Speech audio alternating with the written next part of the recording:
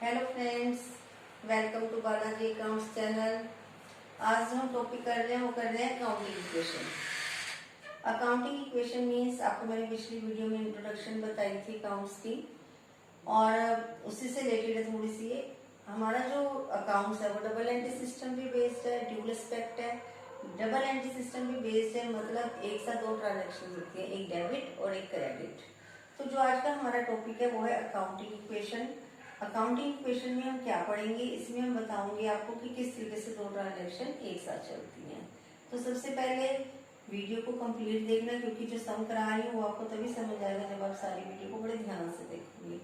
और मेरे चैनल को सब्सक्राइब करना, मेरी वीडियो पसंद है तो उसको लाइक शेयर जरूर करना। तो हमारा जो ये अकाउंटिंग इक्वेशन है ये ड्यूल एस्पेक्ट है। ड्यूल एस्पेक्ट मतलब डबल एंट्री सिस्टम पे बेस्ड है। इसके अंदर हमने क्या करना होता है, एसेट्स जो है हमारी इक्वल टू होती है कैपिटल प्लस लायबिलिटीज।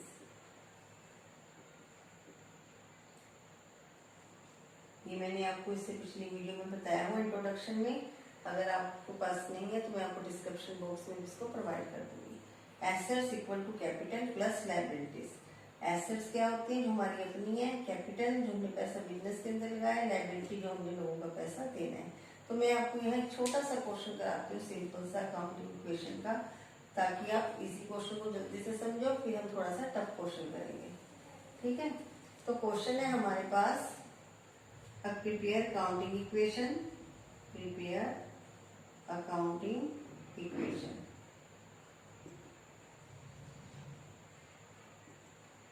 इसके अंदर जो फर्स्ट एडजस्टमेंट है वो है Rahim started business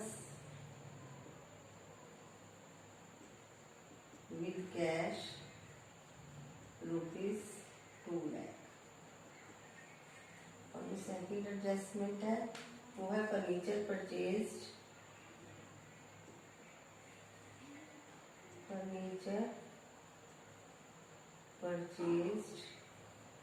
for cash ₹20,000। Third statement है हमारे पास रेंट पेड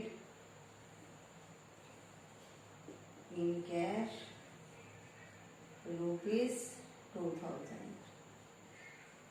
फोर्थ एडजस्टमेंट हमारे पास है परचेज गुड्स ऑन क्रेडिट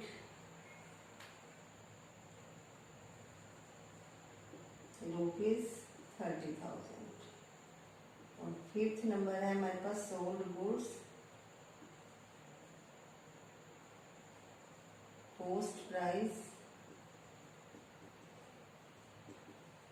₹20,000 और 25,000 इन कैश। सिर्फ 5 एडजस्टमेंट्स लिए मैंने। इन 5 में मैं आपको काउंटिंग इक्वेशन समझाऊंगी बहुत इजी वे में, और अगर आप यही वे करोगे तो आप जल्दी सीख लोगे इसको। अब हम बनाते हैं काउंटिंग इक्वेशन। कैसे बनेगी counting equation? Accounting equation step by step करेंगे हम इसको। हमने ये परफॉर्मा बनाएंगे इसका। यहाँ पे हमने लिख दिया एसेट्स, लायबिलिटीज एंड कैपिटल। और यहाँ पे हम लिख देते हैं ट्रांजैक्शन। ये मेरे जो क्वेश्चन है ये उषा पब्लिकेशन की बुक से लिया है, क्वेश्चन नंबर 2। हाँ जी, देखो ट्रांजैक्शन एसेट्स किसके बराबर थी, equal to liability plus capital. मैंने ये लिख दिया ऐसे ताकि आपको इजी हो जाए। अब फर्स्ट से चलते हैं। रहीम ने बिजनेस स्टार्ट किया है with cash ₹2 lakh. For example मान लो अब हम कोई काम स्टार्ट करने जा रहे हैं। अब काम स्टार्ट करने जा रहे हैं तो उसके लिए पैसा चाहिए, पैसा बिजनेस में लगाया। जो पैसा बिजनेस में लगाया उसको क्या बोलते हैं, कैपिटल। तो यहाँ पे देखो दो ट्रांजैक्शन हुई हमारे पास, कैश और कैपिटल। तो यहाँ पे मैंने लिख दिया कैश, इसको नंबर 1 डाल दो और कैपिटल। कैश हमारी क्या है, एसेट्स है।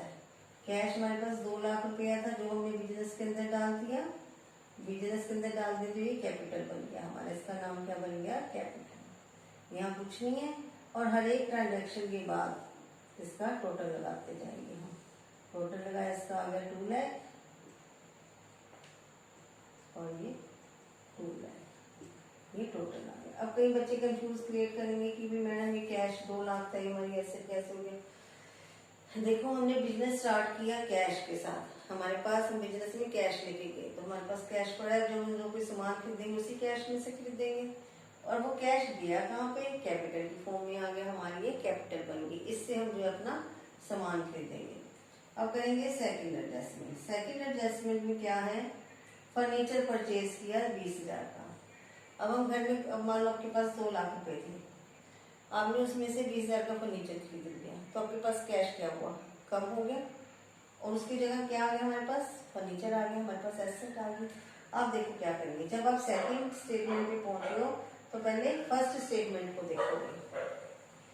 फर्स्ट स्टेटमेंट में क्या था, कैश था। कैश कितना था, 2 लाख। 2 लाख में से हमने क्या किया, 20,000 का फर्नीचर खरीद लिया तो कैश कितना रह गया, 180। 2 लाख, अगर आपको यहाँ शो करना है कर दो, 2 लाख माइनस 20,000, नहीं करना तो भी कोई जरूरी नहीं है सर। उसके बाद जब हमने कैश कम रह गया, उस कैश से हमने क्या खरीदा, फर्नीचर। फर्नीचर आ गया हमारे पास, फर्नीचर हमारी क्या है, एसेट है। कितने का फर्नीचर खरीदा हमने, 20,000 का। ओके, और कुछ ट्रांजेक्शन नहीं हुई और ऊपर में हमारे पास कैश था, कैश लिख दिया मैंने, कैपिटल था तो कैपिटल यहाँ पे लिख देंगे। फर्स्ट वाले में जो जो ट्रांजेक्शन्स की थी, जो जो हमने यहाँ पे वैल्यूज लिखी थी वो सब यहाँ पे लिखनी है जब तक ये वैल्यूज खत्म नहीं हो जाती। तो कैपिटल 2 लाख पड़ी है हमारे पास, 2 लाख, यहाँ पे कुछ नहीं, फिर इसका टोटल लगाते हैं, 80 और 20 2 लाख। ये हमारा टोटल मैच होना चाहिए। मैंने यहाँ लिखा है ना, assets equal to liability plus capital, liability 0, ये 2 लाख, ये किसके बराबर आ गई, 2 लाख की आ गई, ये इसका टोटल आ गया। अब हम पहुंच गए ट्रांजेक्शन नंबर 3 में। ट्रांजेक्शन थर्ड क्या कहती है हमें, रेंट पेड इन कैश 2000। अब देखो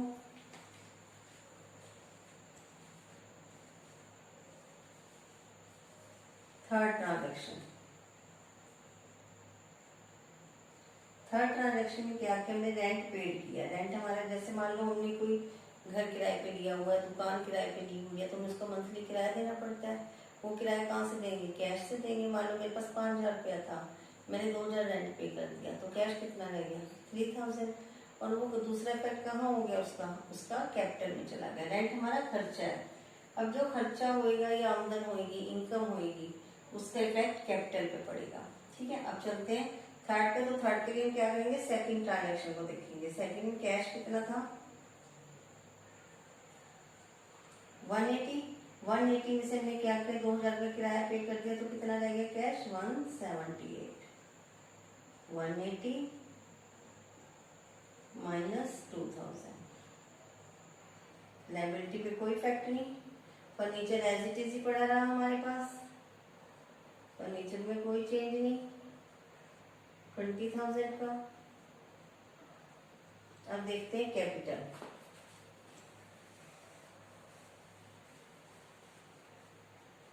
कैपिटल हमारे पास कितनी थी देखो, 2 लाख की। ये मैंने आपको बोला है कि जो खर्चे किए या इनकम किए उसका इफेक्ट कैपिटल पे पड़ेगा। तो कैपिटल हमारी कितने से कम होगी, 2,000 से। हमारे पास कैपिटल थी 2 लाख की, 2 लाख में से 2,000 गया 198। यहाँ पे शो कर दो। और ये जरूरी नहीं है शो करना, लेकिन अगर करना चाहो तो आपको इजी हो जाएगा, एग्जामिनर को भी इजी हो जाता है देखना कि आपने क्या ट्रीटमेंट किया। अपनी टोटल ये हो गया 198। पहले एक ट्रांजेक्शन के बाद टोटल हमने लगा के देखना है, फिर हमें पता भी चल जाता है मैच हो रहा है नहीं, ये मैच हो गया 198, ये प्लस ये 198 के बराबर आ गया। अब फोर्थ देखिए क्या ट्रांजेक्शन है हमारे पास। फोर्थ है purchase goods on credit. Credit means उधार। हमने 30,000 का माल खरीदा। परचेज मतलब खरीदना। हमने गुड्स खरीदी है 30,000 की। अब मान लो आप घर में कोई सामान खरीद के लाए हो, तो जैसे मान लो बुक खरीद के लाए हो, बुक खरीद के लाए, आपके पास बुक आ गई, उसके बदले क्या हुआ, पैसे चले गए। लेकिन यहाँ पे पैसे नहीं गए, उधार खरीदा इसने, ये बात ध्यान में रखनी है। क्रेडिट, आप 2 बुक खरीद के लाए, लेकिन दुकानदार को पैसे नहीं देके कहा कि फिर दे देंगे, तो उसने क्या किया, आपके नाम में चढ़ा दिए। तो आपको क्या है, आपकी लायबिलिटी होगी, आपको देने हैं ना जब आपके पास पैसे आएंगे।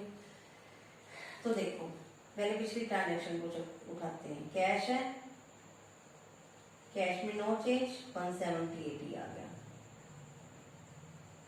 फिर फर्नीचर में कोई चेंज नहीं, 20,000 आ गया।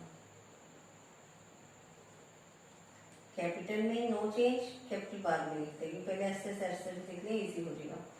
हमने गुड्स खरीदी है उधार, गुड्स खरीदी है, हमारे पास सामान है, तो आप इसको गुड्स भी लिख सकते हो या स्टॉक भी लिख सकते हो। मतलब बिजनेस के अंदर माल आया है, स्टॉक लिख देते हैं, ये आया 30,000 का।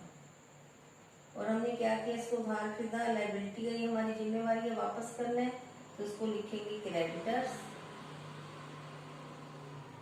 या सप्लायर्स, जो आपको ठीक लगे वही लिख सकते हो। कितने का सामान खरीदा, 30,000 का, 30,000 उसका देना है हमें। अब लिख देते हैं कैपिटल। कैपिटल कितनी थी, 198, इसमें कोई चेंज नहीं हुआ हमारे पास। अब टोटल लगा के देख लो सारे कितना होगा।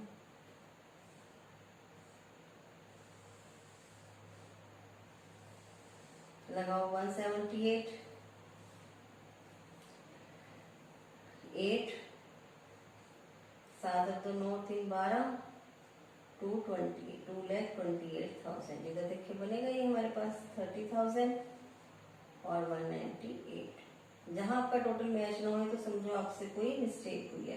198 में 30 जोड़ दिया तो ये बन गया 228, यानी कि भी हमारा टोटल सब सही चल रहा है। अब चलते हैं फिफ्थ ट्रांजेक्शन पे। फिफ्थ के लिए हम क्या करेंगे, फोर्थ को देखेंगे, फोर्थ ट्रांजेक्शन को चेक करेंगे अपनी। चलो तभी हमने इजी सम उठाया पहले, क्योंकि आपको भी थोड़ा सा टफ लगेगा। फर्स्ट आपके पास प्रैक्टिकल क्वेश्चन है +1 क्लास में आके। तो अब देखो आपके पास फिफ्थ ट्रांजेक्शन क्या है, सोल्ड गुड्स। सोल्ड मतलब बेचना, जिसकी कॉस्ट प्राइस 20,000 थी, 25,000 में बेच दिया और कैश बेचा है, यानी कि हमने प्रॉफिट कमाया 5,000 का और पैसा आया हमारे पास, क्योंकि हमने इसको कैश में बेचा, उधार में बेचा। अब देखते हैं फोर्थ ट्रांजेक्शन में कैश कितना था, 178। तो हमारे पास क्या हुआ, 25,000 और आ गया, तो कितना बन गया 178/25, 2,03,000। ठीक है, कैसे बन गया, 178 प्लस 25,000, ये कैश आ गया। फर्नीचर एज इट इज ही पड़ा रहा हमारे पास, कोई चेंज नहीं हुआ फर्नीचर में। फर्नीचर 20,000 का। स्टॉक देखो क्या इफेक्ट पड़ा हमारे पास। स्टॉक हमारे पास कितने का था, गुड्स या स्टॉक 30,000 का था। हमने गुड्स बेचे जिसकी कॉस्ट प्राइस 20,000 थी, कॉस्ट प्राइस में से कॉस्ट प्राइस निकल गई, 30 में से 20 का आ गया, 10,000 का हमारे पास स्टॉक रह गया। और क्रेडिटर्स हमारे पास सेम ही रहे, क्रेडिटर्स या सप्लायर्स 30,000। कैपिटल पे क्या इफेक्ट पड़ा, देखो कैपिटल हमारे पास 198 की थी, 5,000 का इसमें प्रॉफिट इंक्रीज हो गया, तो कैपिटल बढ़ गई यानी कि हमारी। तो 198 में 5,000 ऐड किए तो कितना बन गया, 2,03,000। और कोई इफेक्ट नहीं हुआ हमारे पास। देखो हमने क्या किया था लास्ट में, एक बार दोबारा से देखते हैं। सोल्ड गुड्स 20,000 वाला माल 25,000 में बेच दिया। अब हमने इसका क्या क्या इफेक्ट डाला, 25,000 कैश में ऐड कर दिया, एसेट बढ़ गई, और जो 20,000 का माल कम हुआ था वो हमने 20,000 यहाँ पे माइनस कर दिया स्टॉक में से, ठीक है, और 5,000 का हमने प्रॉफिट यहाँ पे ऐड कर दिया। तो यानी कि हमारे पास यहाँ 25,000 इंक्रीज हुआ, और इसका दूसरा इफेक्ट क्या हुआ, 5,000 हमने यहाँ पे डाल दिया, यहाँ इंक्रीज कर दिया, 20,000 यहाँ पे कम हो गया, तो बराबर इफेक्ट हमारा बढ़ गया, ठीक है। 25,000 कैश बढ़ा हमारे पास, 5,000 का मैंने यहाँ क्रेडिट में, क्रेडिट है हमारे पास, लायबिलिटी प्लस कैपिटल, 5,000 यहाँ बढ़ गया, तो 25 में से 5 गए 20 हमारा यहाँ पे कम हो गया, तो हमारा ये ऑटोमेटिकली मैच हो जाएगा। देखिए मैच करके होता है कि नहीं, 2,03,000 प्लस 30,000, दो में ये जोड़ दिया 233,000 बन गया, और ये 30,000 सॉरी, ये 2,03,000। तो लास्ट में हमारे पास ये इसका आंसर आ गया, यानी कि लास्ट में हमारे पास अगर आपको पूछा जाए अलग अलग आंसर क्या है, कैश था 2,03,000, कैश 2,03,000, फर्नीचर 20,000, स्टॉक 10,000, ठीक है। उसके बाद क्रेडिटर्स हमारे पास है 30,000, और कैपिटल हमारे पास है 2,03,000। तो ये हमारे पास आंसर बन गया। अगर आपको सेपरेट सेपरेट पूछा जाए कि लास्ट में कैश कितना रहा, तो आप ये सब बता दोगे, ठीक है। तो आपका ये क्वेश्चन कंप्लीट हो गया। Thank you.